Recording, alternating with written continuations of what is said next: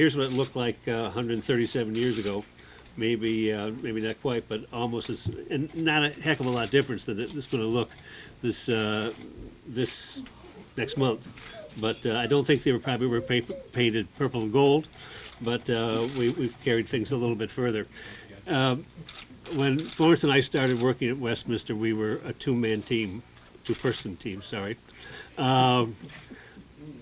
We now have a full staff of 5 and part staff about, seemingly I was in the office this morning, 10 more. I don't know that where they all sit because it's not that big an office, but it's our former president, Peter Van Brunt, used to say, this is not our father's dog show anymore, and it is not.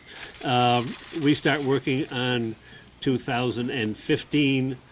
Well, we started working on 2015 already, selecting judges, trying to find something new, trying to make it a little bit different.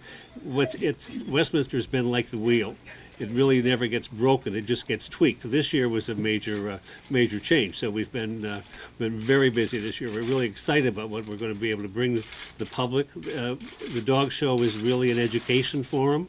We want people to come and look for dogs. If they want to buy a dog, this is the place to come and see what the breeds look like. You know, when you look at a picture at home, you think, oh, gee, this is a cute little dog. Let's see, let's get one of these. But then you go in life, you say, oh, I didn't know it was going to look like that, or be that big, or be that small, or whatever it might be.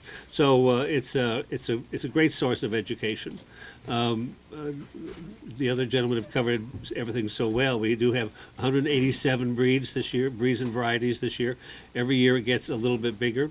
Every year it's a little test of what we can do for the dog world by bringing these breeds and presenting them at Westminster. So it's been a lot of fun. It's been a lot of work, but we hope that you'll all come and enjoy it. And I think that you'll all come and learn something.